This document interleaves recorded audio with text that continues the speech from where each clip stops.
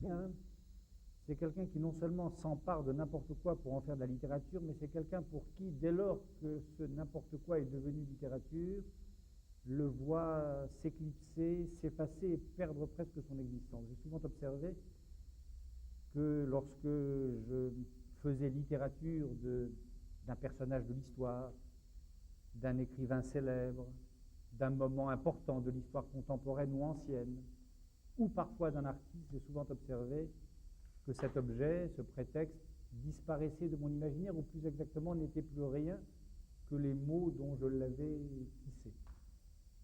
Je me suis rendu compte un jour avec horreur que j'avais écrit, j'ai beaucoup aimé pendant des années un peintre qui s'appelle Frank Stella, qui est un grand peintre américain contemporain que vous connaissez.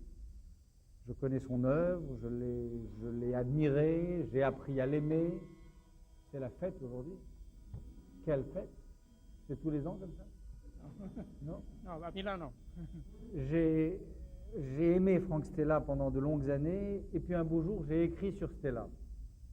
J'ai écrit pendant des mois sur Stella. Je me suis attardé pendant une année à ce texte sur Stella. Et du jour où ce texte a été écrit, du jour où j'ai converti ce Stella objectif et jouissant de son existence propre en un Stella à moi, partie prenante de mon univers personnel, venant peupler avec d'autres mon paysage de fantômes, venant prendre place à côté de tel héros du Diable en tête ou de Charles Baudelaire, de mon Charles Baudelaire. À partir de ce moment-là, j'ai découvert avec stupeur, un peu d'horreur et surtout un peu de honte que Stella en tant que telle ne m'a plus beaucoup intéressé. Donc un écrivain, c'est un cannibale. Un écrivain, c'est un peu un vampire. Peut-être se conduit-il ainsi également dans sa vie de tous les jours. En tout cas, c'est quelqu'un qui s'empare de tel ou tel objet, prétexte pour en faire de la littérature. Donc, je me suis emparé de Piero della Francesca et de Mondrian pour en faire, j'espère, un peu de littérature. Ça, c'est la première chose. C'est la première remarque. Remarque pour vous dire donc que ce livre-là, j'en déconseille la lecture à quiconque voudrait avoir une vérité définitive sur Mondrian ou une théorie exhaustive de la peinture du Quattrocento. J'en déconseille la lecture à tous ceux qui attendraient des remarques érudites ou un discours savant sur ce peintre-ci ou celui-là. En revanche, ceux qui s'intéressent un peu à mes romans, à mes essais, à ce travail que j'essaie de poursuivre depuis quelques années, alors ceux-là se retrouveront en paysage familier s'ils ouvrent ce Piero della Francesca Mondrian. Ce livre, il fait moins suite au livre de Longhi, au livre de Ginsburg, au livre de Berenson, au livre de Faucillon, pour ce qui concerne Piero della Francesca, ou au livre de Michel Seuphor, pour ce qui concerne Mondrian. Il fait moins suite à ces livres-là qu'au Diable en tête, à la barbarie à visage humain ou au Testament de Dieu. Voilà la première remarque que je dois à l'honnêteté de faire et de vous faire. Deuxième remarque, je crois en effet, pourquoi est-ce que j'ai choisi ces deux peintres-là et d'où vient que je les ai rapprochés au point d'en faire un livre. Il y a deux réponses, me semble-t-il. La première réponse, c'est que je les ai éprouvés terriblement proches l'un de l'autre et probablement proches de moi. Proches l'un de l'autre, c'est un peu ce que disaient ces quelques lignes que vous avez lues tout à l'heure à Armando Verdiglione. Je crois que Piero della Francesca n'est pas un peintre de la Renaissance. Je crois que Piero della Francesca n'est pas un peintre classique. Je crois qu'il est, au sens propre du mot, un contemporain de Piet Mondrian. Au sens propre du mot, ça veut dire quoi?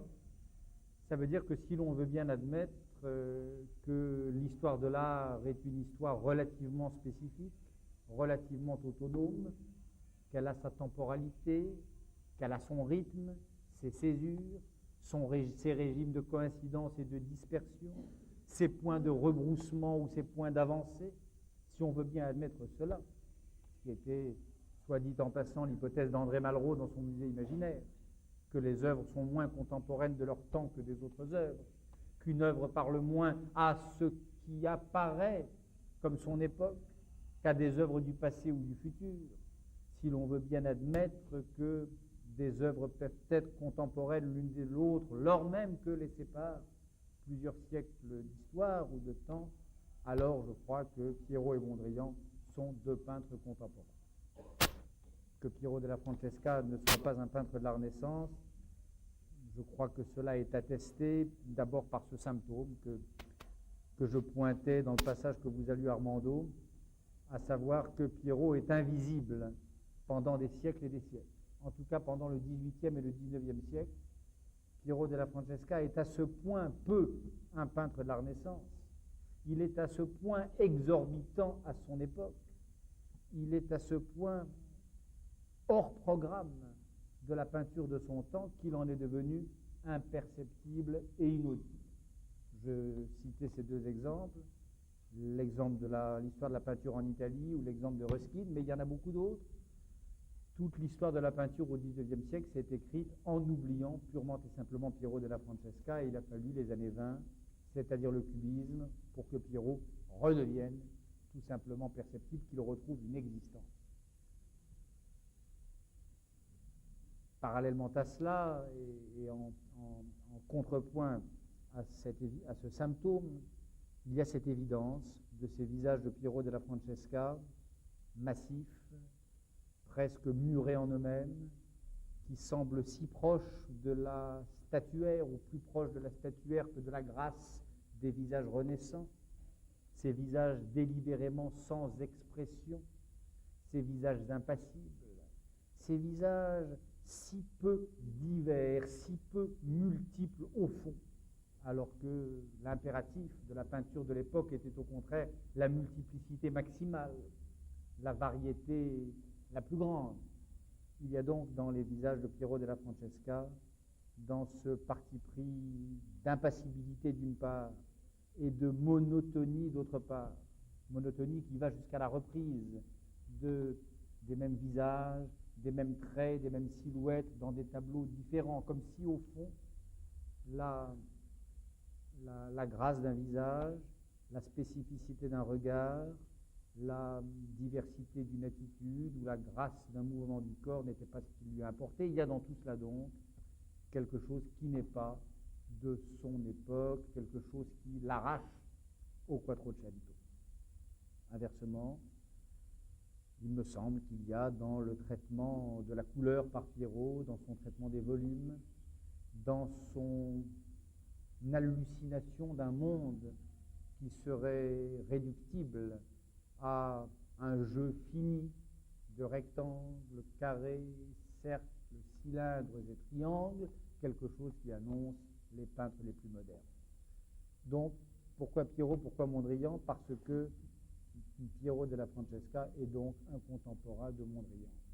Parce que Piero della Francesca est un peintre géomètre, parce que Piero della Francesca est un peintre au fond abstrait. L'autre raison, c'est que l'un comme l'autre,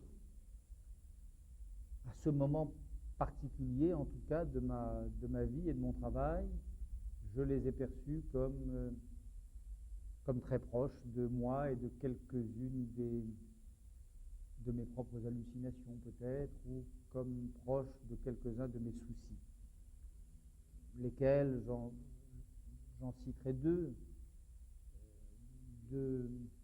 thèmes qui me tiennent à cœur. Ceux qui connaissent un peu mon travail le savent, et dont je crois qu'ils tenaient également au cœur de Piero et de Mondrian. J'en citerai donc deux. Premièrement, la méfiance à l'endroit de tout ce qui pourrait ressembler à du pathétique, ou à du romantique, ou à du lyrique. Et deuxièmement, un antinaturalisme de principe et sans réserve. L'antinaturalisme de Mondrian est célèbre. Vous connaissez tous les anecdotes, mais qui ne sont pas que des anecdotes, d'un Mondrian sévère, austère, qui avait tellement pris en haine la nature et ses charmes et ses prestiges que le seul spectacle de la couleur verte le rendait proprement malade. Vous connaissez tous les scènes de ce Mondrian venu à l'âge mûr qui, lorsqu'il était invité à déjeuner chez tel ou tel, chez Glaise à Neuilly ou chez Harpe, boulevard avenue Victor Hugo à Paris, et lorsque d'aventure on le mettait devant, on le plaçait à table en face d'une fenêtre qui elle-même donnait sur un bouquet d'arbres, un Mondrian qui manquait se trouvait mal, qui était saisi de nausées et qui demandait à changer de place parce que la vue du verre, le spectacle de la nature le rendait proprement fou. Folie d'autant plus intéressante que, comme vous le savez peut-être aussi, ou peut-être moins, car cela est moins connu, Piet Mondrian, le Mondrian de l'invention de l'abstraction, le Mondrian des lignes verticales et horizontales, le Mondrian géomètre, le Mondrian obstiné de la couleur et de la ligne pure, avait commencé par être un peintre de la nature, avait commencé par être un fou du paysage hollandais. Il avait consacré toute la première partie de sa vie à peindre des prés, des dunes, des paysages maritimes, des natures mortes parfois, des fleurs de toutes sortes et de toutes espèces. Donc, dans la phobie de cet homme, dans ce retournement biographique tellement étrange, qui lui fait prendre en horreur tout ce qui de près ou de loin pourrait ressembler à de la nature, dans ce pari d'anti-nature, comme disait un grand écrivain français et juif qui s'appelait Albert Cohen, il y a quelque chose qui ne peut pas ne pas m'interpeller. Même chose chez Piero della Francesca. Je m'attarde au début du livre sur les paysages de Piero, sur leur caractère étrangement rocailleux, sur leur absence si caractéristique et si étrange pour l'époque de grâce, sur la façon qu'il a de conjurer tout ce qui pourrait signifier ou désigner une hypothétique nature humaine. Je m'attarde assez longtemps sur ces traits pour, là encore, repérer dans cette peinture une sorte de méfiance à l'endroit de tout ce qui pourrait ressembler à de la nature. Et puis, plus intéressant encore pour moi, et là encore ceux qui connaissent un peu mon travail le savent, depuis l'époque du Testament de Dieu en tout cas, je crois que je n'ai cessé, sous diverses formes et à partir de points de vue divers, je n'ai cessé de faire la chasse à l'idéologie romantique, disons, le romantisme comme philosophie, le romantisme comme vision de l'âme et le romantisme comme vision du monde, et notamment tout ce qui peut, dans cette problématique romantique, tout ce qui peut véhiculer les valeurs du pathos ou du lyrisme. J'ai écrit tout un roman qui s'appelle Les derniers jours de Charles Baudelaire pour démontrer que la bonne littérature n'est jamais pathétique, pour démontrer que la bonne littérature, que la bonne littérature est toujours une littérature, comme disait Baudelaire, de sang-froid, pour essayer de démystifier tous les discours convenus autour de l'inspiration et de ses prétendues sources. Je crois que les écrivains, j'établissais ou j'indiquais dans ce roman que les écrivains ne sont jamais inspirés, que la littérature n'est jamais spontanée, que la littérature n'a pas de mystère, qu'elle peut avoir un secret mais qu'elle n'a pas de mystère. Et il y a là, bien sûr, une très grande différence. Et le héros de mon roman, pour confondre secret et mystère, connaissait un sort fatal qui le menait à la catastrophe. Eh bien, ces deux peintres-là ont probablement pour point commun de croire eux aussi que le pathos est haïssable, que le lyrisme doit être chassé, que la bonne peinture est une peinture froide, que la technique n'est pas une honte mais une gloire, que l'art n'a pas à dissimuler ses techniques mais à les exhiber, qu'il y a une beauté de la technique et que la technique fait partie de l'esthétique et que ce n'est pas pour rien que l'esthétique se dit aussi poétique.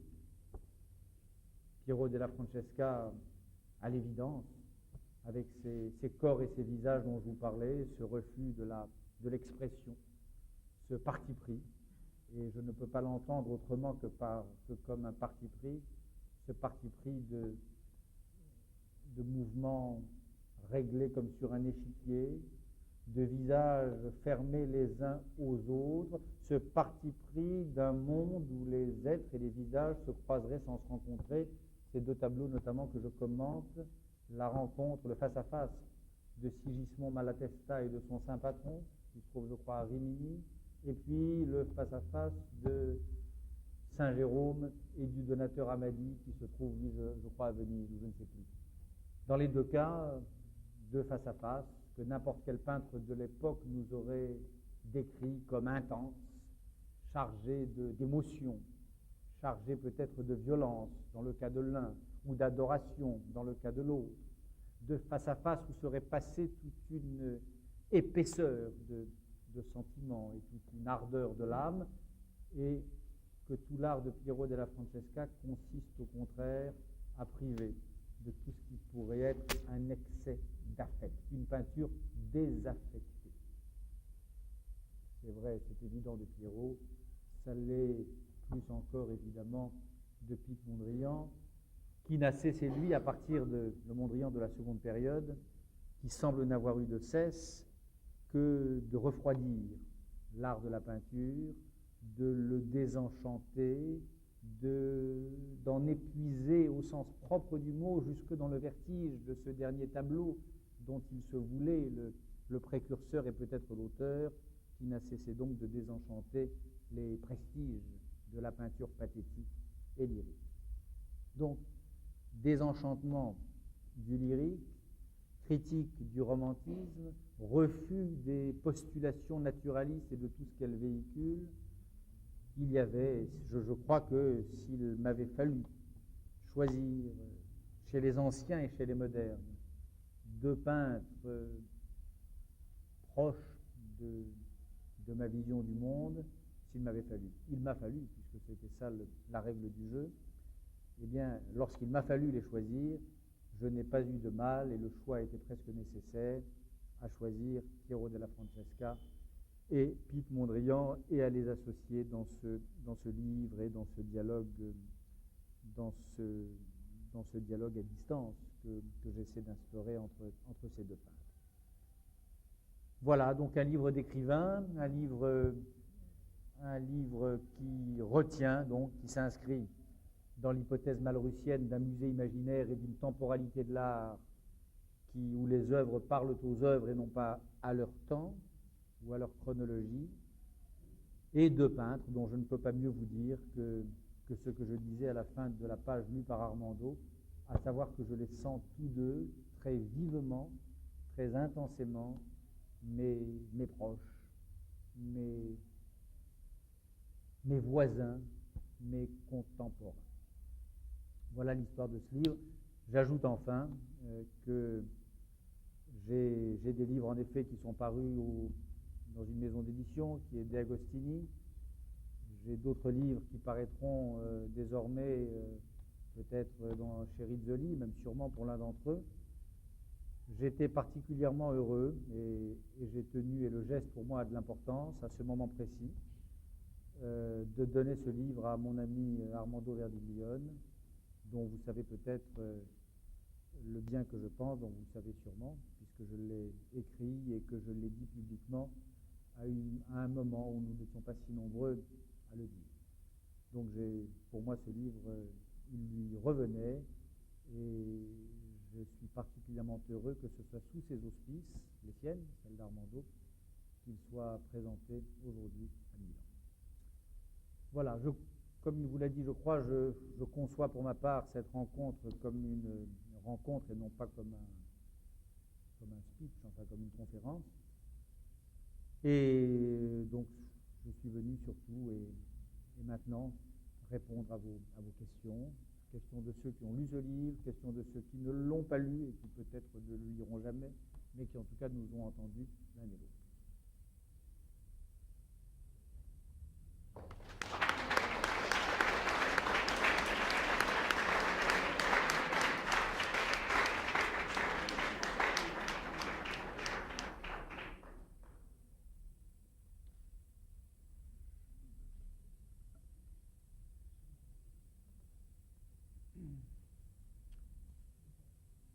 dicevo mentre Bernard Lévy parlava che non avevo torto, e alcuni di voi erano con me all'epoca, pochissimi di voi, non avevamo torto nel 77 ad accogliere da quel momento fino a oggi globalmente in Italia Bernard Lévy senza nessuna riserva, mai, e a tentare da parte nostra soltanto a dare un eco e una lettura, ad avviare una lettura che poi anche altri abbiano potuto fare. Io non mi sono mai rammaricato che un autore di questo talento, che in qualche modo ha contribuito all'inizio a lanciare, sia anche presso altri editori, tra l'altro alcuni dei quali con cui io stesso collaboro, perché questo significa tra l'altro che la scelta non era certo sbagliata.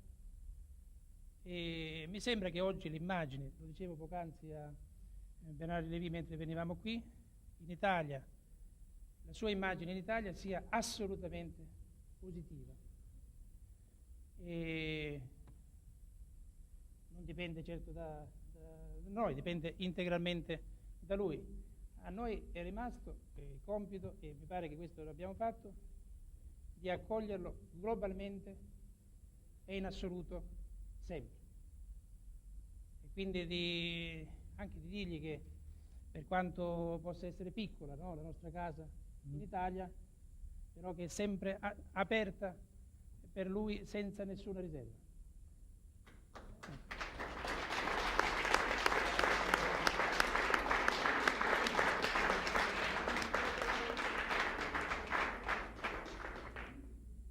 Ecco, allora sentiamo se c'è qualche domanda, perché questo è l'interesse della serata. Qui c'è il professor Sirtori, ci sono altri nella sala, anche nel settore dell'arte, ci sono giornalisti. Chi vuole fare domande o intervenire può farlo. Lei? Ah no, io. Ah certo, noi passiamo il microfono nel caso in cui... Forse lei? Prego. Allora le diamo 2 microfoni. Questo? Innanzitutto quello è per registrare. Devo prendere tutte e 2, sì. Così si può anche sedere. Sì, grazie. Se può gentilmente dire il suo nome. Sì, allora mi chiamo Andreina D'Aolio, insegno sociologia dell'arte ed architettura a Milano. Mi compiaccio per questa iniziativa che rientra poi nell'anno di Piero della Francesca, e sono molto felice di questo fatto, che gli scrittori finalmente si occupino di arte e che non siano i soliti specialisti, gli storici o i sociologi, o gli esteti o i filosofi a occuparsi di arte. Credo che Piero della Francesca sia proprio il pittore che più di ogni altro impersonifica il pittore senza tempo. Credo che sia quindi ben scelta questo accostamento con un pittore astratto come Piet Mondrian, potrebbe anche essere o Kandinsky o Klee. Mi viene in mente un articolo molto bello di Jean Molineau su Esprit di 2 anni fa, in cui faceva un paragone fra l'arte primitiva e l'arte contemporanea, e facendo tutta una disanima di qual è stata la storia e i nostri modi di concepire l'arte, di vederla, di percepirla, giungeva proprio a queste conclusioni, che l'arte contemporanea esprime un senso di decostruzione della forma, mentre l'arte primitiva, a cui gli antropologi e anche i filosofi dell'arte, gli storici dell'arte si sono sempre avvicinati pensando che fosse un'arte che impersonifica o cerca il trascendente, si sbagliavano perché avevano una ottica distorta da certe appunto nostre distorsioni ideologiche. Quindi questo accostamento tra Piero della Francesca e Piet Mondrian, fatto da uno scrittore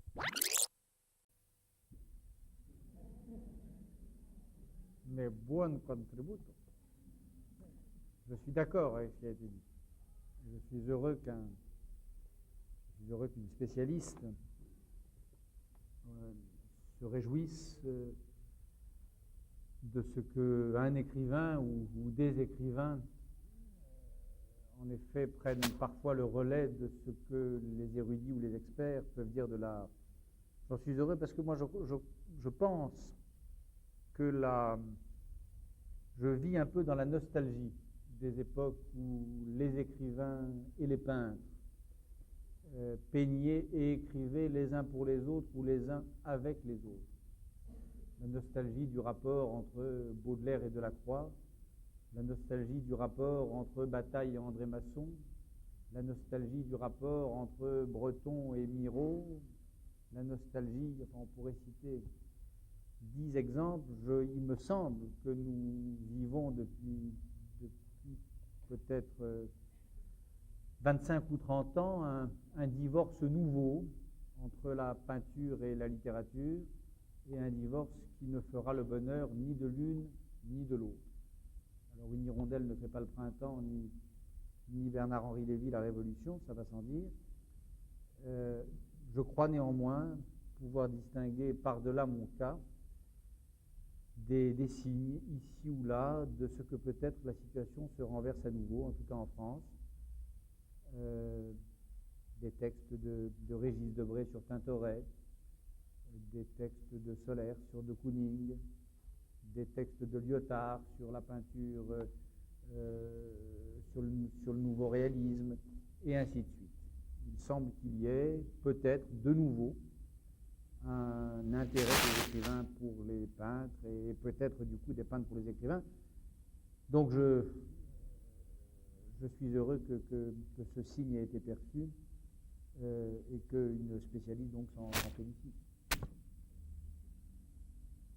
Sono altri? Intanto, anche sotto forma di domanda.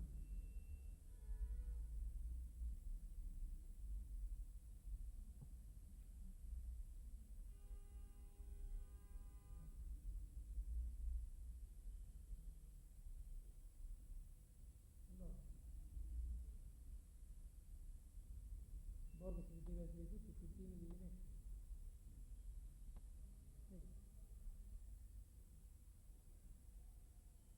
C'est la fête ou la chaleur? Ah, Il calore. La calura.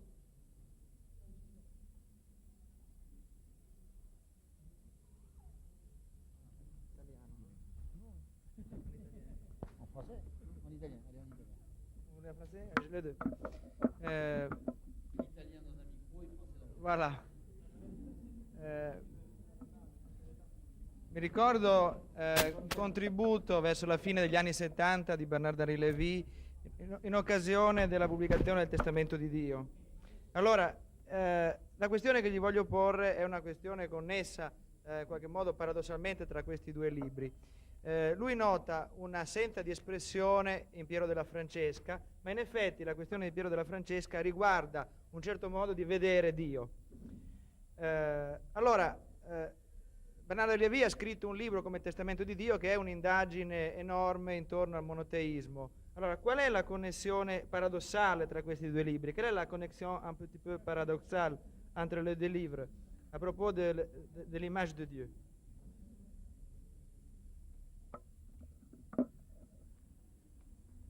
D'abord, je suis content que vous évoquiez cette période du Testament de Dieu, et ça me permet de revenir à ce que disait Armando tout à l'heure et qui prouvait peut-être que je m'étais mal fait comprendre. À propos de ces questions de maison d'édition, ce que j'ai voulu dire, cher Armando, tout à l'heure, c'est que, en effet... Maison, j'ai dit maison, non pas d'édition. Bon.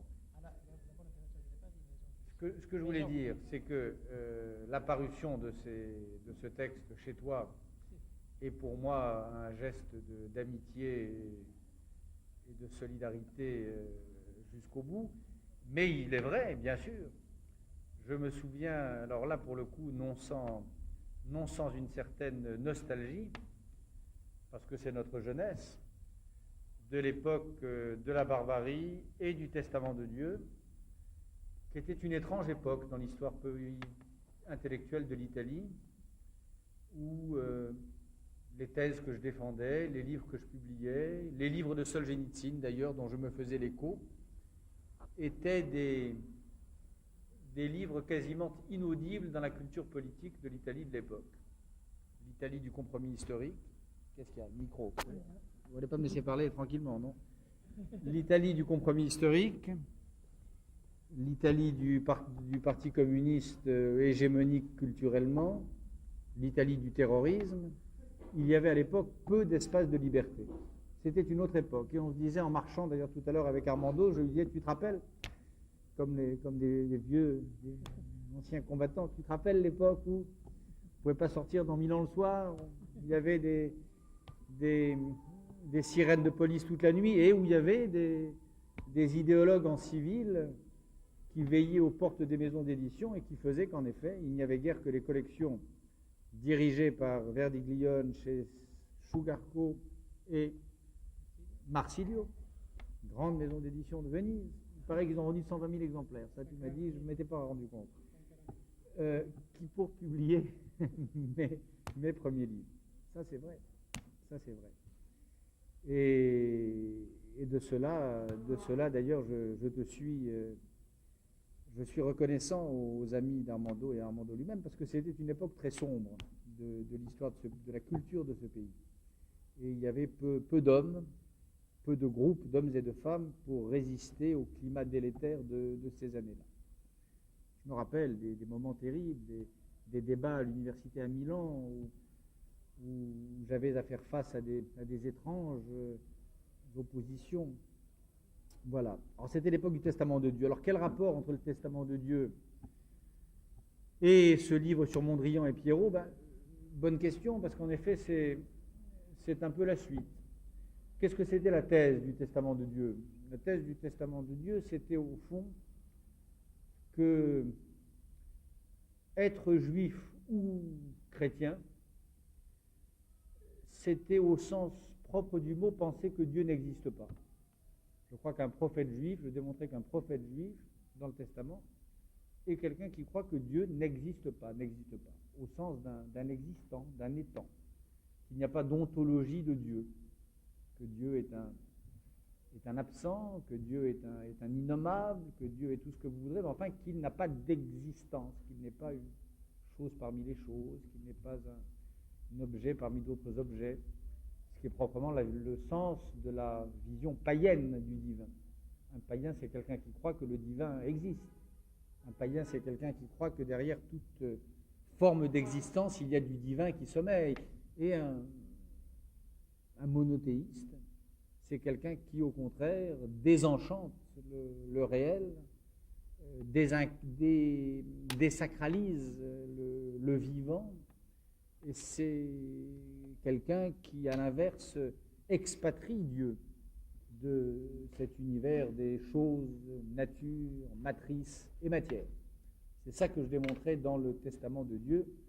Et je disais d'ailleurs, c'était une des thèses qui firent un peu scandale à l'époque dans les cercles qui s'intéressaient un peu à la théologie. Ce livre qui n'était pas un livre de théologie, mais enfin qui parlait de théologie, je disais qu'un vrai juif, être juif ou être catholique au sens où je l'entendais, c'était probablement la meilleure manière de réduire la quantité de religions dans le monde.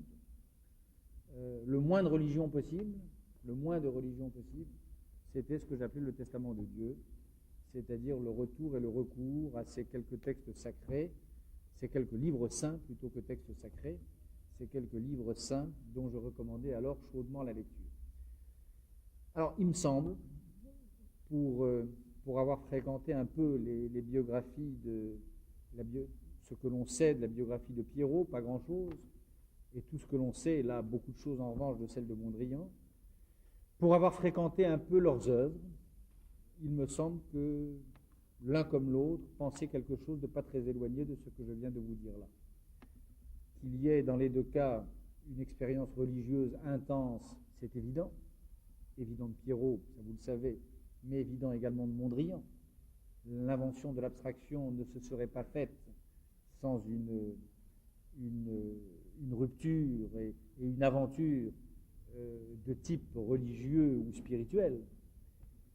Et il me semble que d'une manière différente, parce que le cas de Mondrian est évidemment plus complexe, mais il me semble que ce thème de l'absence de Dieu cette impossibilité d'une ontologie du divin, il me semble que c'est un thème que l'on retrouve et qui sera au cœur de l'aventure picturale de Mondrian. Pas le Mondrian théosophe, ça c'est un Mondrian préhistorique, mais le Mondrian proprement abstrait.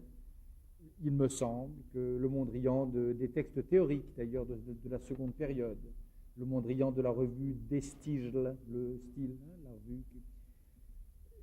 Ce Mondrian-là, je crois, est un Mondrian qui n'aurait pas désavoué ou qui se serait peut-être reconnu dans tout ce que je pouvais dire dans le Testament autour de ces thèmes, donc de l'absence de Dieu, du désenchantement du monde, de la désacralisation des bosquets sacrés dont parlaient les textes saints que j'évoquais dans le Testament de Dieu. Donc, voilà, ce livre, il est dans la lignée du Baudelaire à cause de la critique de l'inspiration, du romantisme et du lyrisme. Il est dans la lignée du Testament de Dieu à cause de cette hypothèse sur le divin que j'y poursuis et à laquelle je donne de nouveaux développements sur le cas concret de ces deux pages.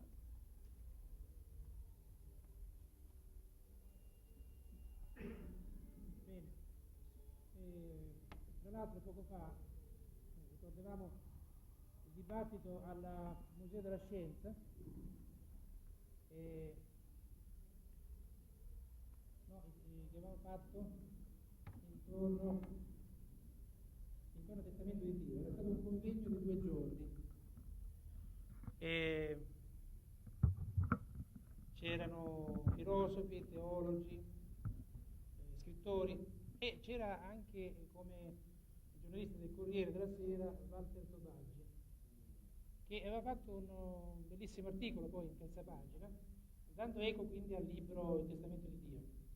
Non aveva letto fino a quel momento il libro, mi ricordo che era andato a prenderlo all'esame per libreria e l'articolo era uscito al martedì, quindi 3 giorni dopo, cioè dopo che aveva letto il libro aveva fatto l'articolo, e Walter Tobagi in Italia hanno sentito parlare per anni tutti, sui giornali, a Milano poi ci sono monumenti dedicati a lui. 3 mesi dopo era stato ucciso dalle Brigate Rosse come noto, no? Anche per quel motivo ecco. Va bene. Io l'ho incontrato per la prima volta. Ok.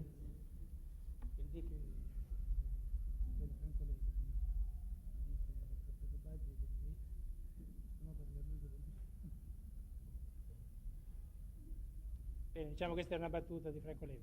Allora, sentiamo altri. Prego. C'era Meschini e Borraccino, prego. Ecco, ci parli pure in piedi. Con questo microfono.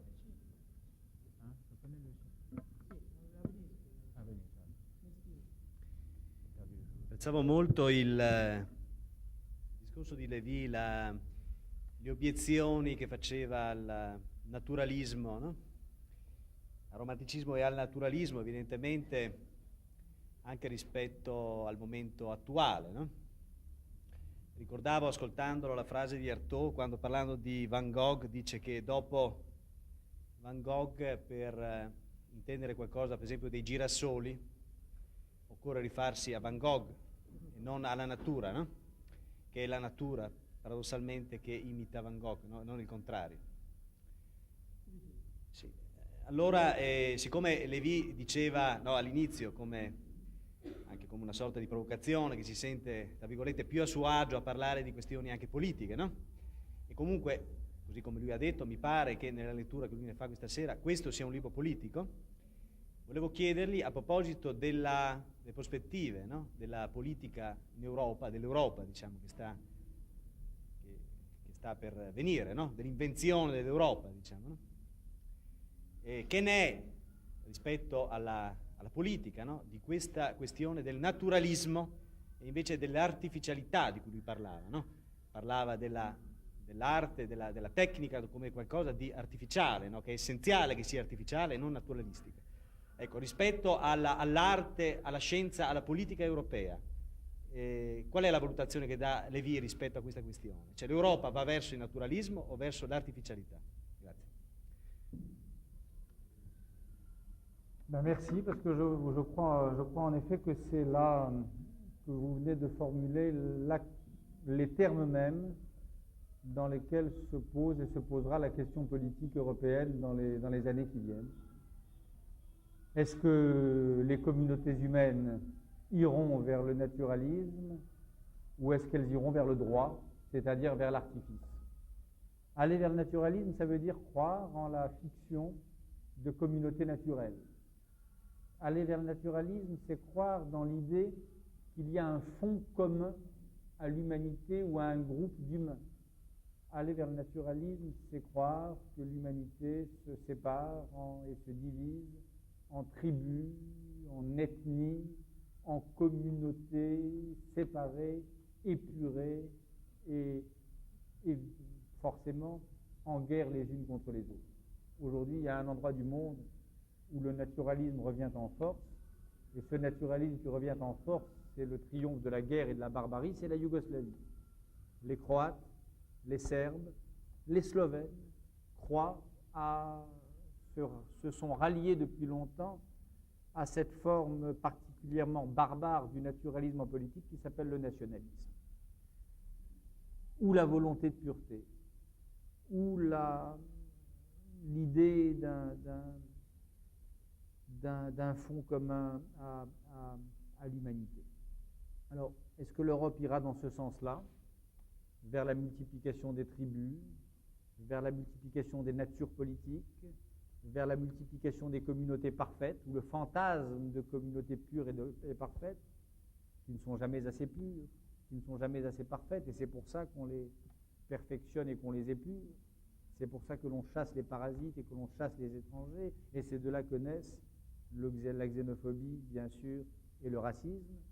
Ou est-ce que l'Europe ira au contraire vers d'autres hypothèses, des hypothèses fédérales ou confédérales, des hypothèses à l'intérieur desquelles se fomenterait un lien social artificiel, en effet, abstrait, fondé sur le droit, le libre consentement des sujets, leur abdication d'une part de leur identité au profit d'une entité plus haute.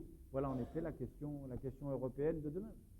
Moi j'ai été récemment en Yougoslavie, et je dis bien en Yougoslavie parce que j'y ai rencontré des Yougoslaves. J'ai rencontré des hommes qui, sans avoir la moindre tendresse, cela va de soi, à l'endroit du communisme défunt ou en train de mourir là-bas, qui sans avoir la moindre tendresse pour les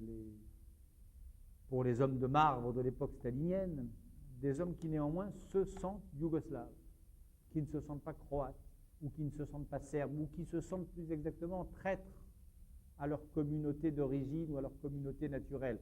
Ceux-là, ceux qui ont la formule de cette traîtrise, ceux-là sont d'authentiques démocrates. Et il en reste. Et ces hommes-là, d'ailleurs, qui sont des milliers, peut-être des centaines de milliers dans le territoire de l'ancienne Yougoslavie, ils se sentent annihilés, néantisés, effacés des imaginaires collectifs par le discours de ceux qui pensent qu'il n'y a plus que des Croates et des Serbes et des Croates, des Slovènes et des Monténégrins, et ainsi de suite. Donc voilà, est-ce que la question vaut en Yougoslavie, elle vaut dans l'ensemble de l'Europe centrale, elle vaut en Europe occidentale, elle vaut probablement aussi en Italie et en France? Est-ce que la société politique renouera avec ces mythes naturalistes qui sont toujours le produit de la peur, de la panique, de la perte d'identité? Qu'est-ce que c'est que l'intégrisme? C'est quand on a perdu toute espèce d'identité. C'est quand on n'a plus rien. Le racisme, c'est quand il ne reste plus rien d'autre, plus aucun autre moyen de s'identifier. Quand les hommes ne savent plus qui ils sont, ni pourquoi ils vivent ensemble, alors ils deviennent intégristes, c'est-à-dire racistes, c'est-à-dire naturalistes. Et puis, à l'inverse, quand les choses vont autrement ou mieux, alors les hommes se reconnaissent dans des systèmes de droit, dans des artifices politiques que sont les artifices démocratiques. Aujourd'hui, la question européenne est là. Je ne sais pas dans quel sens les choses tourneront.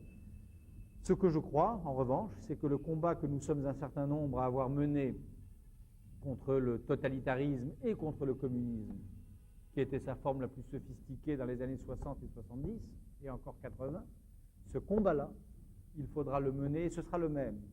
Et nous aurons les mêmes adversaires, et nous aurons les mêmes alliés, et ce sera probablement les mêmes lignes de fracture. Ce combat-là, il faudra le mener désormais contre les nouveaux intégrismes, ou les nouveaux tribalismes, ou les nouvelles crispations ou régressions identitaires qu'on peut appeler comme on veut.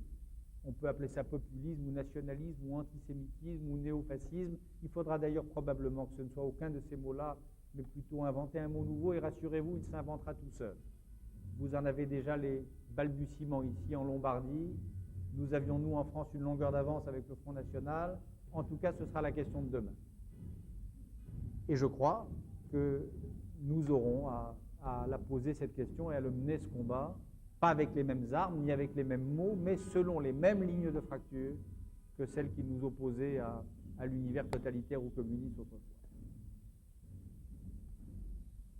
Et il n'y a, pour oublier cela, pour ne pas en prendre conscience, il n'y a que les nigauds ou les benets de la fin de l'histoire, ceux qui, au moment où le communisme est tombé, nous ont dit « Alléluia, c'est dimanche, et c'est dimanche pour l'éternité ». Le fameux dimanche de l'histoire dont parlait Hegel et son commentateur Kojève, ce fameux dimanche éternel qui annoncerait la paix perpétuelle et qui annoncerait un monde purgé de toutes sortes de conflits. Moi, à la fin de l'histoire hegelienne, je préfère encore le très beau mot de Marx disant que l'histoire a plus d'imagination que les hommes et que nous sommes confrontés aujourd'hui à cette imagination, à cette improvisation-là. Qu'est-ce que l'histoire prépare? Qu'est-ce qu'elle est en train d'improviser? Il suffit d'aller mettre son nez du côté de la Pologne de Lech Walesa ou du côté de même de la Tchécoslovaquie de Václav Havel ou du côté de la Russie j'allais dire de Boris Eltsine, je dirais plutôt de Pavel Lungin, le film qui vient de paraître à Cannes, Luna Park, qui est une merveille. Il suffit d'aller mettre son nez là pour savoir que l'histoire est comme un énorme laboratoire où se fabriquent perpétuellement des synthèses étranges, des alchimies nouvelles, des craquages chimiques de nature à peu près inédite, qui, si en 1880, un intellectuel avait évoqué l'hypothèse d'un national-socialisme, par exemple, il eût été, cet intellectuel-là, considéré comme fou, avant Barès, avant que Maurice Barrès, l'écrivain français, ne lance le concept et le mot de national-socialisme, avant que le cercle Proudhon en France, où se retrouvent les jeunes maurassiens et les anciens syndicalistes révolutionnaires, ne popularisent ce national-socialisme, et avant que le concept ne connaisse la fortune que l'on sait dans l'Allemagne hitlérienne. Avant tout ça, quelqu'un qui aurait dit national-socialisme, chimère absurde, hallucination pure, mot contre mot dénué de sens, eh bien je crois, moi, que l'histoire d'aujourd'hui, sous nos yeux, et comme toujours, dans notre dos, comme disait encore Marx, dans notre dos, je crois que l'histoire est en train, vraisemblablement, de nous préparer des synthèses, des concrétions, des précipités d'historico-mondial, à peu près aussi saugrenus, étranges, un jour spectaculaire, et en tout cas imprévisible, que pouvait l'être en 1880 le national-socialisme. Alors ça sera quoi? Est-ce que ça sera ces croisements de vieux éléments staliniens et de nationalisme qu'on voit apparaître dans la Pologne d'aujourd'hui? Est-ce que ce sera la rencontre des slavophiles et des anciens durs du Parti communiste de l'époque de Gorbatchev, comme on voit en Russie? Est-ce que ce sera ces mélanges bizarres de populisme de gauche et de droite que l'on voit dans les mouvements verts en Allemagne et en France, les mouvements écologistes? J'en sais rien.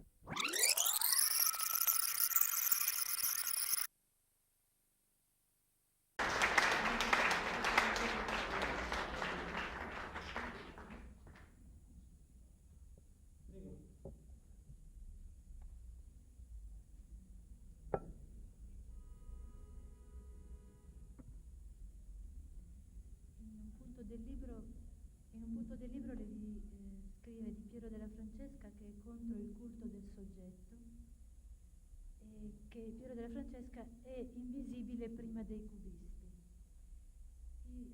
La domanda è questa: se questo invisibile, cioè questo che non è soggetto all'occhio, all'evidenza, non sia ancora ora la proprietà del colore e della figura e del corpo della pittura di Piero della Francesca, e che sia proprio questa la garanzia, questo invisibile, che sia la garanzia dell'assenza del soggetto, della riproduzione del soggetto nella pittura di Piero della Francesca.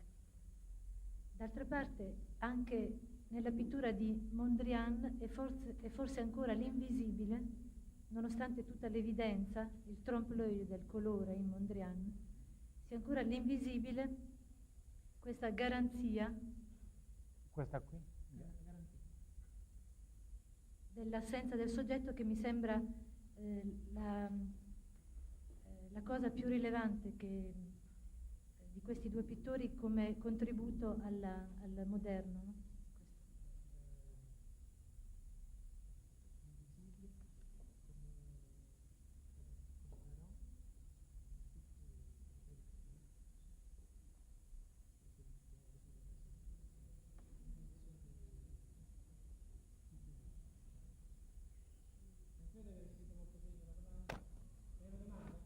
Si Verdigan n'a pas compris, alors j'ai le droit de ne pas répondre. Non, blague à part, j'ai pas bien compris. Attendez, ce qui est vrai, ce que j'ai cru comprendre, c'est que l'un des points communs, évidemment, l'une des raisons de la rencontre entre ces deux peintres, dont le rapprochement a surpris apparemment quelques critiques et commentateurs, c'est en effet ce fantasme d'une élision du sujet, d'une disparition du sujet. Ça, c'est vrai. C'est évident dans le cas de Pierrot, c'est évident d'abord dans le cas de Mondrian, où le sujet s'efface complètement et où la peinture se désincarne, enfin, perd à la fois son âme et sa chair, dans un geste de consomption et de consommation inédit dans toute l'histoire de l'art.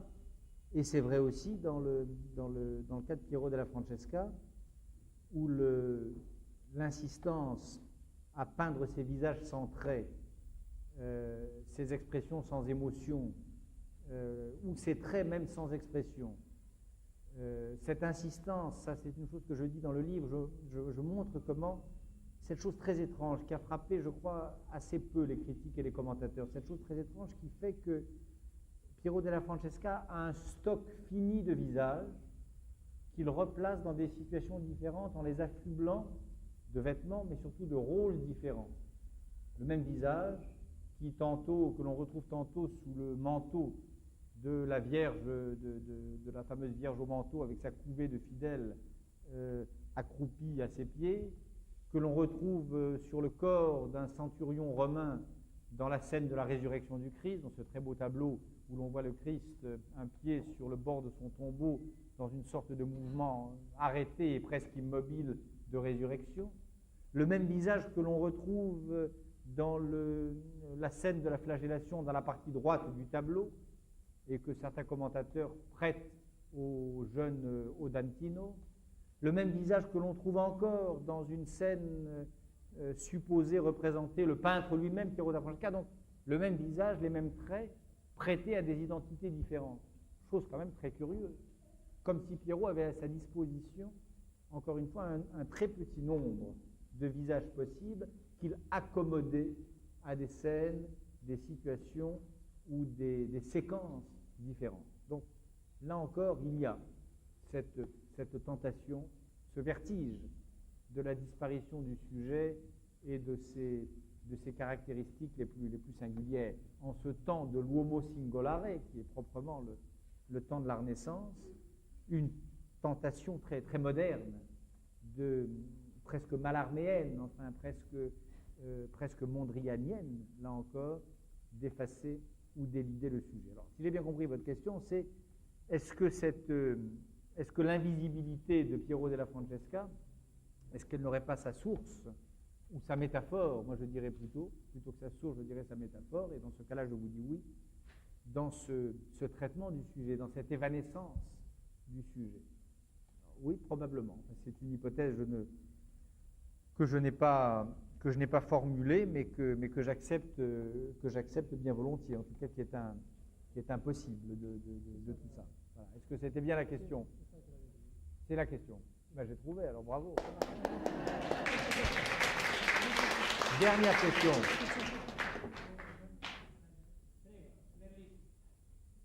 Question écrite. C'è un fotografo vicino. Qua. Scusi, per chi parla per lo so, ma noi non l'abbiamo invitato, deve uscire. Questo è stato affittato da noi questa sala perché deve uscire. Mi dispiace, purtroppo. C'est une petite question, mais vous avez tout à l'heure parlé que lorsque vous avez écrit ces livres, en fait, un certain nombre de livres, le Baudelaire, par exemple, n'appartient plus à Baudelaire, il vous appartient. Et je me posais la question par rapport à ce qu'a dit Meschini tout à l'heure, à la question que vous avez posée, que vous a posée Meschini autour du naturalisme, si finalement ce que vous écrivez, d'une certaine manière, Enfin, est-ce que ça vous appartient? D'une certaine manière, il y a aussi cette inappartenance. Oui, il y a. Mais c'est une inappartenance d'une autre sorte. Non, ce que je voulais dire tout à l'heure, c'est que c'est que l'objet de la littérature, le prétexte de la littérature, lorsqu'il devient littérature, n'est plus que littérature. Ce que je voulais dire, par exemple, qui va peut-être vous surprendre et paraître même scandaleux à certains, c'est que je crois n'avoir plus jamais lu un poème de Baudelaire depuis maintenant 4 ans. C'est monstrueux ce que je vous dis, mais c'est vrai. Depuis 4 ans, c'est depuis que j'ai terminé les derniers jours de Charles Baudelaire. J'ai probablement sottement et absurdement, et pour mon propre compte, hein, bien sûr, et pour mon propre compte, absorbé Baudelaire, hein, et je n'ai plus lu Baudelaire. C'est ça que je voulais vous dire. De même que, je ne sais pas, je suis allé 10 fois ou 5 ou 6 fois à Arezzo ou ailleurs voir des toiles de Piero della Francesca. Aujourd'hui, je n'ai pas eu j'avais quelques moments de libre, je n'ai pas eu la tentation d'aller voir le rétable de Brera, la fameuse Madone avec l'œuf, là, que je commente longuement dans le livre. Donc, ce que je voulais vous dire, c'est ça qui est, à mon avis, d'ailleurs, une expérience assez commune aux écrivains et à ce cannibalisme inhérent à la littérature. Alors, est-ce qu'il en va de même de mes textes dans la relation à d'autres et aux yeux d'autres? Probablement, oui, bien sûr. Probablement, oui. Aux yeux de qui? Aux yeux de leurs lecteurs, aux yeux de ceux qui en font quelque chose, qui les retraitent. Plus encore, d'ailleurs, là, je viens de terminer un texte pour le théâtre qui sera créé dans quelques mois à Paris, dans un théâtre parisien. Celui-là, à plus forte raison, ne m'appartient déjà plus. J'ai déjà le sentiment qu'il n'est plus à moi. Donc oui, la loi vaut aussi, bien sûr, en ce sens. Oui, sûrement. Sono altri? Bene. Allora che sembra una bellissimo incontro. Questa sera le cose che detto, del modo in cui è detto,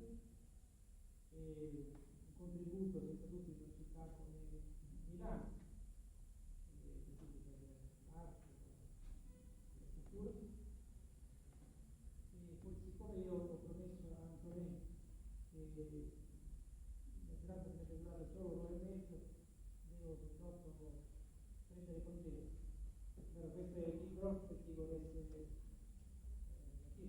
Insomma, magari lo comprerò per fare questo video. Ringraziamo tutti.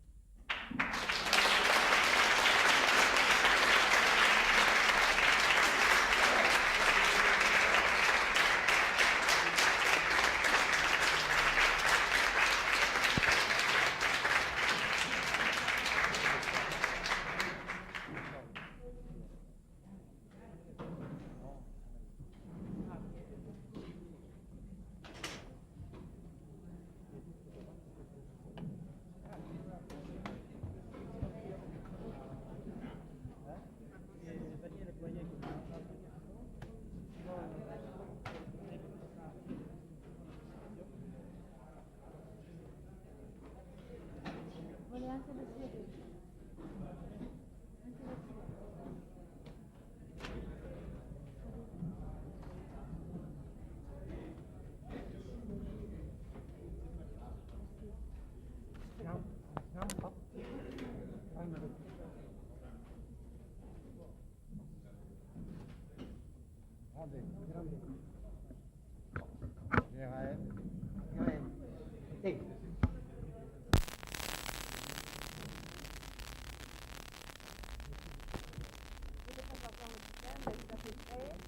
Je demande de rester à signer, mais on n'aurait pas tout le temps. C'est vrai, ici, hein. On vit plus depuis des années. Vous avez raison.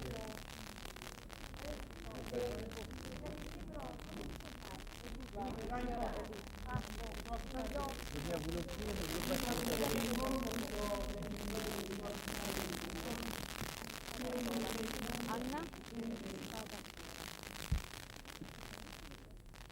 Vada.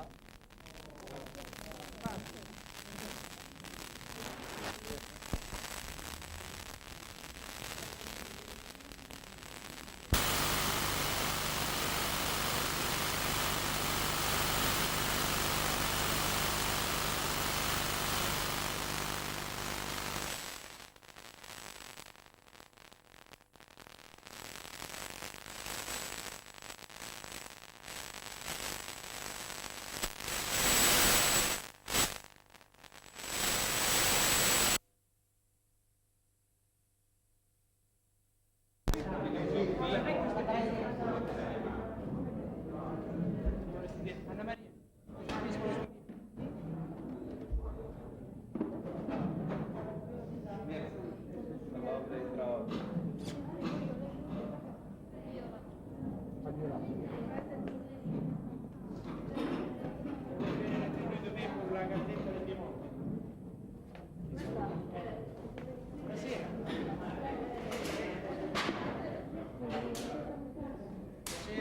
Buonasera. Buonasera.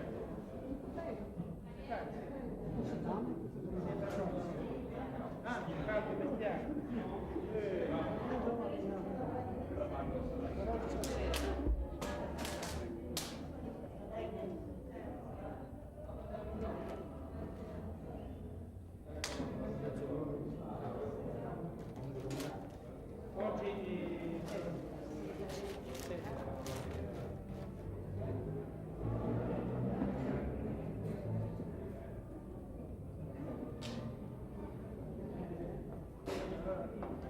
Marina?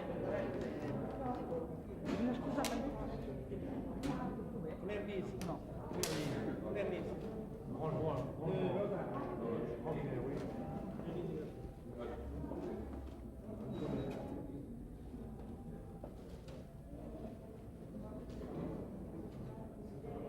Lascia portare la camera qua.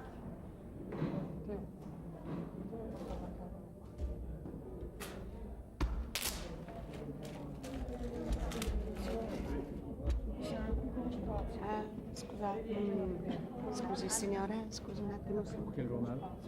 Prego, questo.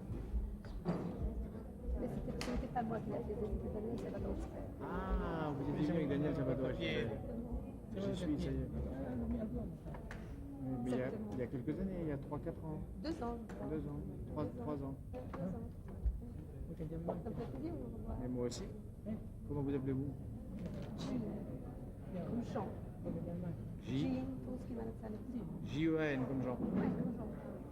Voilà, surtout parce que l'autre Ah, sì, c'est trop. aspetta, che ce l'ho questi a piedi. Aspetta.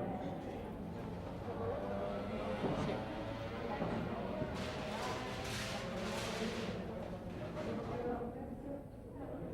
Merci. Est-ce que je peux vous présenter la traduction de câble? Non. Non,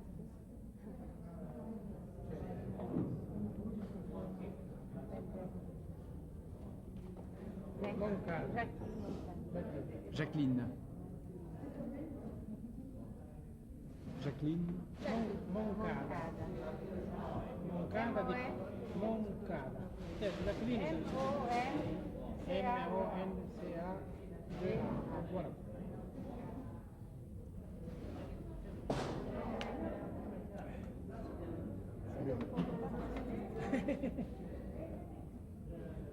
Con questi archivi qua.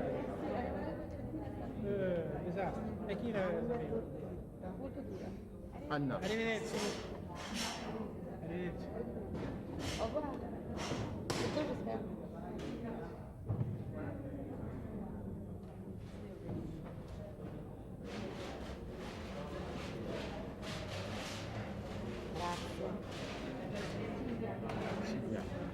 Silvia.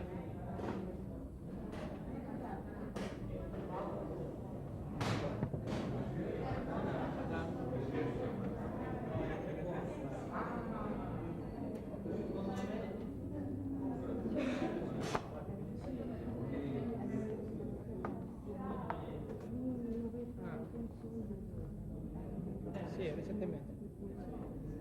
Scusi, possibilmente Ah, non davanti? Magnifico, allora stiamo di qua.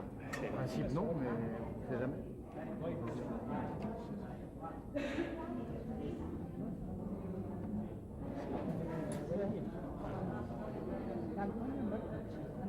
Antonio. Marcucci è un grande attore, no? Sì, però non si sa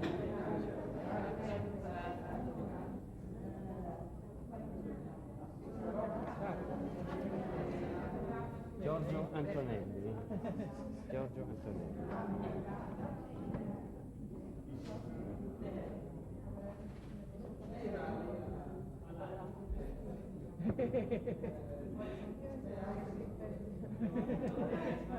Faccio sentire che aveva le foto, dopo non le paghe le vedo le foto.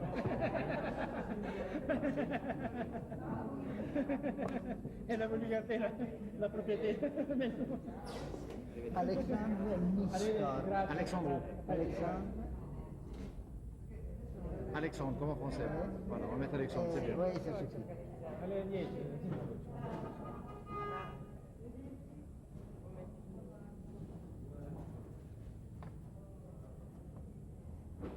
Ho bisogno di lavaggio di biancheria a Milano, possiamo fare. Di Cassi Prego. Comment s'appelle-t-elle? Alors, elle s'appelle Daniela. Avec un L ou deux L? Daniela. Voilà, sans accent. Voilà. Et son nom de famille? Faraone. Faraone. F-A? F. Faraone.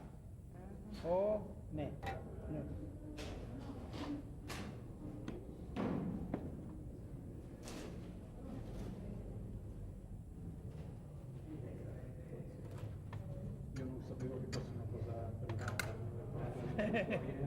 Sì, sì, lo so, ma qui è in affitto. Aldea in questi casi non è mai successo. Abbiamo sempre fatto. A me no, lui sì. A lui può farlo. Sì, ma non è per lei, noi non abbiamo mai fatto nell'ambito della conferenza. Una cosa... Ma io l'ho venuto tante volte. In passato, ma da 4 anni che noi non facciamo più. Scusez-moi si No, ma se vuole fare una fotografia a lui, per carità, io non c'è problema. Noi andiamo intanto. On y va. Ah, ça c'est sur des questions pour demain. On s'est vu au Senta, queste Cambodge. sono domande che deve fare lei, non mica deve darle per iscritto. 1980. Non ho capito. 79. Mica viene da adesso. Je voudrais seulement vous faire des photos. Se vuole delle foto, venga domani mattina alle 10 davvero. No. No, no, no. Ma guarda, deve partire presto, deve partire presto. No. Appelez-moi demain matin. Lo chiami dopo le 10:30. J'ai besoin seulement de 5 minutes. No, ma non ha... Vous m'appelez. Aussi maintenant, si No, guarda, non va bene, lo chiami domani mattina.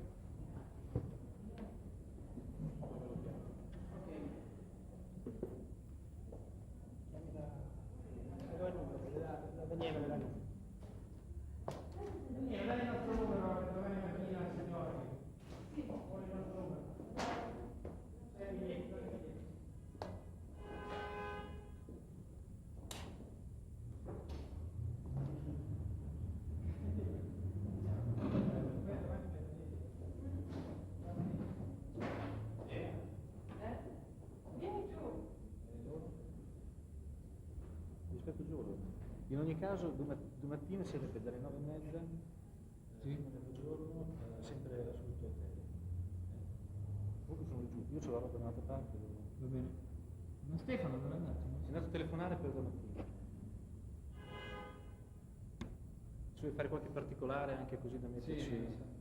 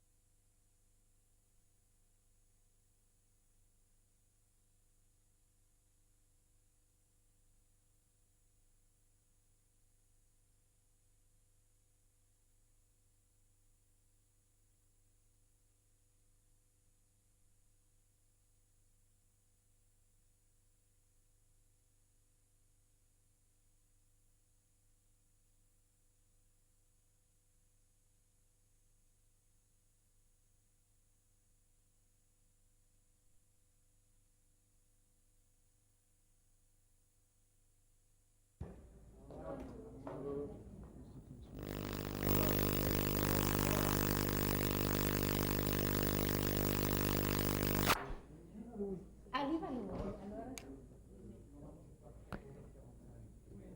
Io qua? No, di fronte. Ah, qui di fronte. Ah, benissimo. Io devo dare sguardo suo. Non c'è problema. Nessunissimo problema. Mi vedo che ancora regole.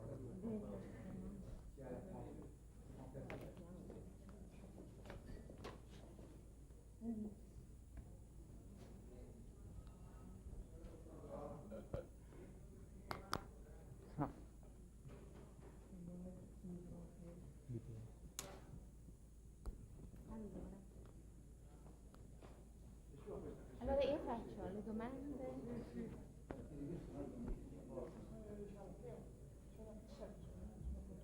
Dunque, io faccio le domande in italiano, io le traduco.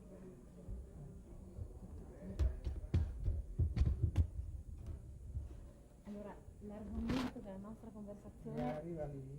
Sì, Come te l'anche vediamo proprio a fianco di lui. Vorrei che si sentissero le mie domande. Vabbè, ma non importa. L'argomento. Gliela traduco Sì. forte. L'argomento. mettez-vous là. Non, je dois rester ici. Pourquoi? Pour la télévision. Se possibile. Se possibile. Seduti. 18. Mettelo là. La lumière. E questo? Il n'y en a pas entre les deux. Parce que c'est dimanche. Et c'est Air France? Sì. All'italiano. Io mi siedo qua. No. Ah, lui J'aime bien Air France. Il n'y a pas d'avion d'Air France entre les deux. Ancora, Je suis sûr qu'il y en avait un, moi. Dimanche no, a 21 euro. Ah non, trop tard ça. 18h35. Bon, faisons la réservation et on verra. On n'annule pas l'autre. On décidera tout à l'heure. Mais c'est parce que c'est un peu tard, ça merde, 18h35. 18:35 il arriva 8h moins le quart. 8h moins le quart. all'interno. Oui, c'est trop tard ça. Deve essere qua a 20:30. Oui, c'est trop tard, c'est un dîner après. Tu es sûr qu'il n'y a pas un avion entre les deux? On a bien regardé. Parce que c'est le dimanche. Bloquons une réservation et on va voir. Ok. Vous devez. Vous êtes là pour la lumière. Oui. Allora, parliamo del processo a Touviers. Perché Touviers è stato. Che cosa è accaduto in questo processo? E parliamo delle conseguenze del dibattito in Francia. Sì, ecco. Il processo a Touviers e le conseguenze del processo e il dibattito che è scatenato in Francia. J'ai compris. Qu'est-ce qu'elle veut savoir au juste? les conséquences. Non, je sais, mais demandez-lui quelle est la question. Come è finito il processo Touvier? Comment se terminait le processus. Vous savez comment il s'est terminé, non? Oui, ma voglio dare dei dettagli più precisi. Perché non si è parlato di crimini contro l'umanità? Pourquoi? Oui.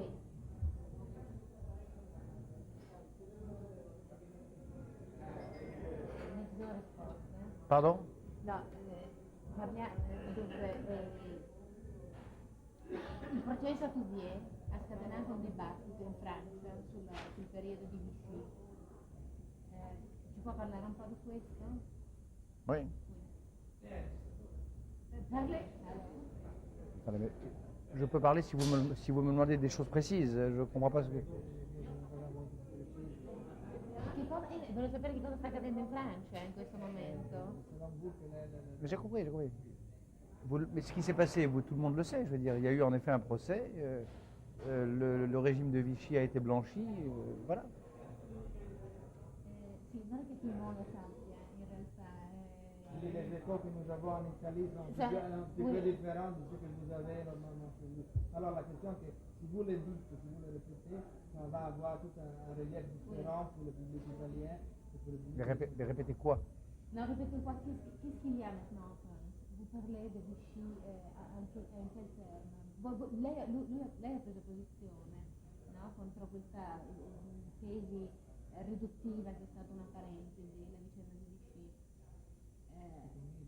Sì, io vorrei che lui un po' parlasse di questo, di cosa sta accadendo, come si colloca questa cosa rispetto alla Francia, prima della caduta del comunismo. Ci sarebbe stato un dibattito così acceso o no, per esempio?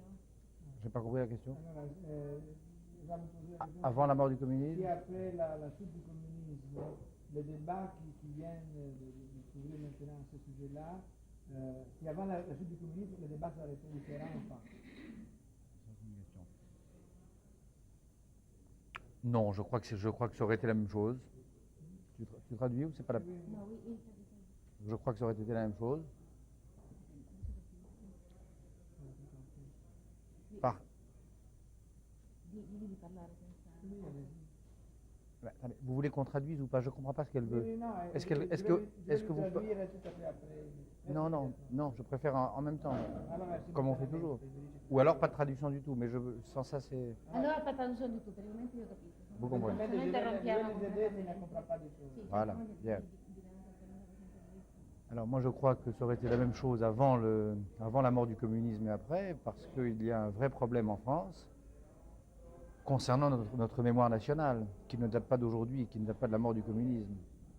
La France est, comme vous savez, le seul pays d'Europe qui ne se soit pas contenté de collaborer, mais qui a fabriqué un régime fasciste national aux couleurs de la France, qui a mené sa propre politique, qui est allé au-devant des souhaits et des exigences allemandes. Et cela, c'est ce qui est méthodiquement effacé, occulté depuis 1945. Occulté de plusieurs manières, occulté par les nostalgiques de cette époque, d'une part, occulté aussi, et c'est là le paradoxe français, par les héritiers de l'autre bord, les héritiers de la résistance, c'est-à-dire les gaullistes. Le gaullisme s'est institué, s'est formé, s'est forgé sur la légende d'un peuple de résistants et d'une France qui se serait éveillée d'un bref cauchemar, d'une parenthèse. Donc cette thèse de la parenthèse de Vichy, elle était partagée au fond par les pétainistes dans la mauvaise conscience, par les gaullistes dans la volonté de reconstruire une identité nationale et une image narcissique positive du pays forte. Et donc nous vivons depuis 45 ans sous l'empire d'une sorte de révisionnisme soft, une révision rampante de l'histoire. Une révision rampante de l'histoire, dont l'affaire Touvier est le dernier épisode. L'affaire Touvier n'a rien d'extraordinaire, elle est dans la ligne de ce qui se dit et se fait en France depuis la Seconde Guerre mondiale. Le même Touvier a été gracié par Pompidou. D'autres criminels de guerre ont occupé des fonctions importantes dans l'État républicain. Les parlementaires français qui avaient voté les pleins pouvoirs à Pétain ont repris leur rôle en France dès la fin des années 50. Bref, il y a eu toute une entreprise de réhabilitation de Vichy qui a commencé tout de suite, et dont cette affaire Touvier est la dernière étape. Vous savez, le procureur du procès Pétain en 1945, qui s'appelait, dont le nom m'échappe là à l'instant, mais il est dans l'idéologie française, il vous le retrouvera. Le procureur du procès Pétain, qui s'appelait Mornay, il me semble, Mornay, je ne sais plus, a écrit un livre après le procès Pétain qui s'appelait « 4 années à rayer de notre histoire ». 4 années à rayer de notre histoire. C'est le programme de la France tout entière et de la France politique tout entière. Rayer les 4 années de Vichy, faire comme si elles n'avaient pas existé.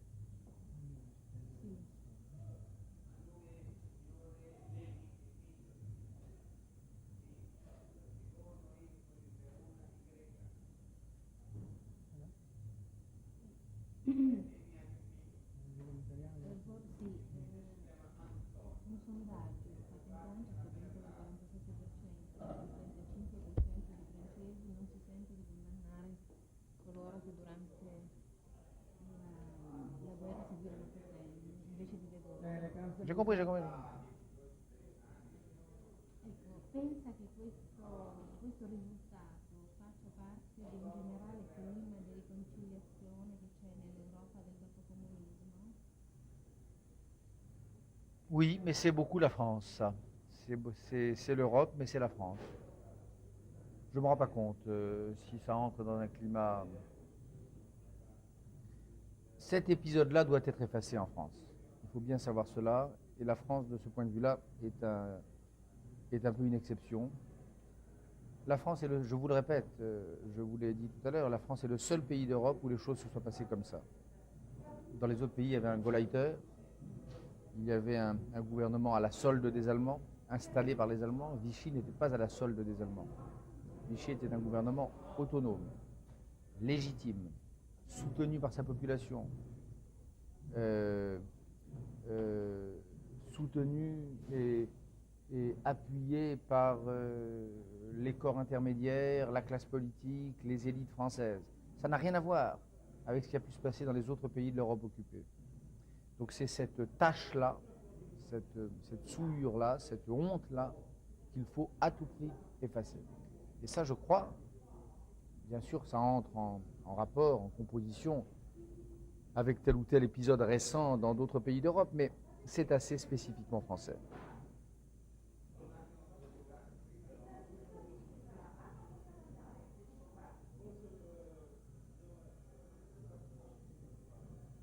Quanto ha pesato nella decisione del tribunale che ha giudicato Touvier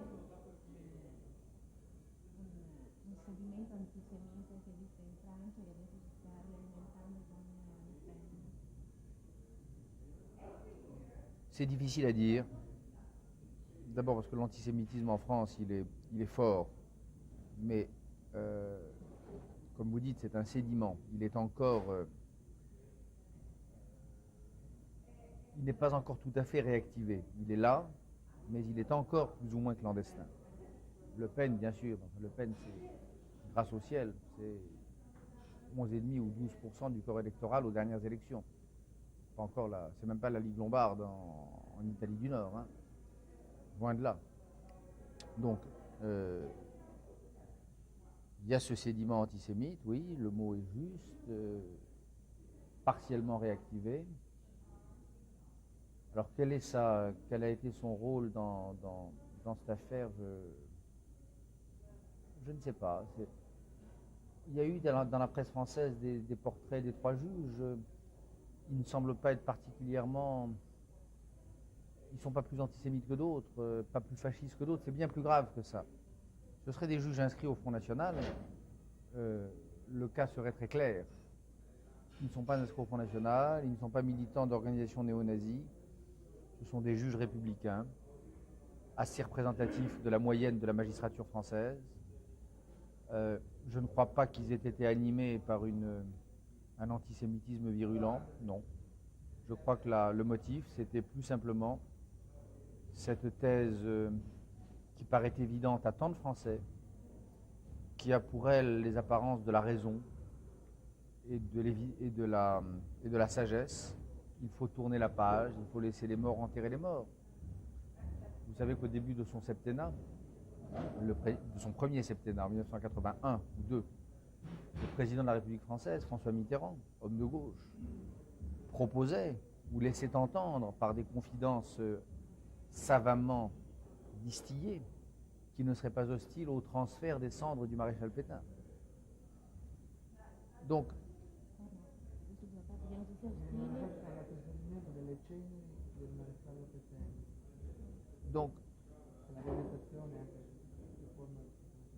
donc climat de réhabilitation générale. Je ne suis pas sûr qu'il faille supposer 3 juges lepénistes et férocement antisémites. Voilà ce que je veux vous dire.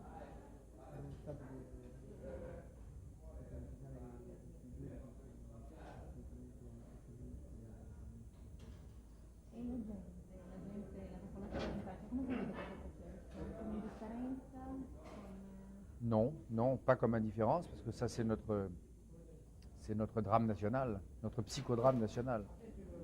Et les Français, en même temps qu'ils aiment oublier cette histoire, aiment tout le théâtre qui se fait autour de cette affaire. Donc non, ils l'ont vécu au contraire dans la fièvre et dans une certaine passion, malsaine d'ailleurs. Malsaine. Et là-dessus, je crois que les avis sont assez partagés, mais je crois qu'il y a eu des sondages que je n'ai pas en tête. Je crois qu'une majorité de la population est plutôt favorable à l'idée de tourner la page.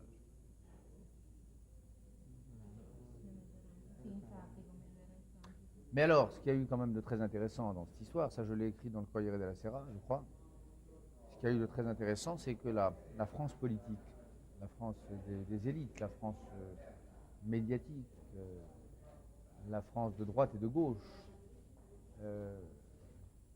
la France institutionnelle, qui n'est pas si mauvaise que ça et que l'on a tort de décrier trop souvent, cette France-là, elle en revanche, s'est dressée comme un seul homme et à 100% contre la décision de justice. De Chirac à Fabius, de Giscard d'Estaing, enfin Giscard d'ailleurs est le seul qui n'ait pas pris position en fait, mais de l'UDF au Parti communiste, enfin tout le monde, ça a été un tollé contre cette décision. Ça c'est même très intéressant.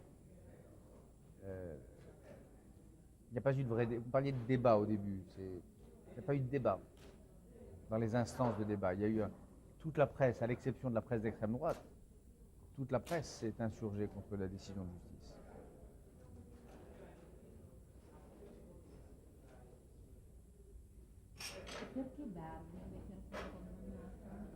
Pardon? Barbi a été condamné. Parce qu'il était allemand. Un té, per favore. Et qu'en France, il est clair que les choses sont ainsi distribuées dans la conscience populaire française. Il y a les méchants qui sont les Allemands, et puis il y a les pauvres Français qui ont suivi, qui ont collaboré. Moi je ne crois pas, moi je crois qu'il n'y a pas eu de collaboration. Le mot même de collaboration est un mot qui n'est pas juste. Il y a eu une production de fascisme français, une autoproduction, d'un autofascisme. Mais les Français ne pensent pas ainsi. Les Français pensent que les seuls coupables étaient les Allemands et que les Français ont été un peu lâches, un peu imprudents, ont manqué de prescience, ont manqué de jugement, n'ont pas vu le tour réel que prenaient les choses et donc ont suivi le mouvement. Des victimes? Pas tout à fait des victimes, non, mais des suiveurs. Donc dans cette logique, il est normal de condamner Barbie, il est normal d'acquitter Touvier.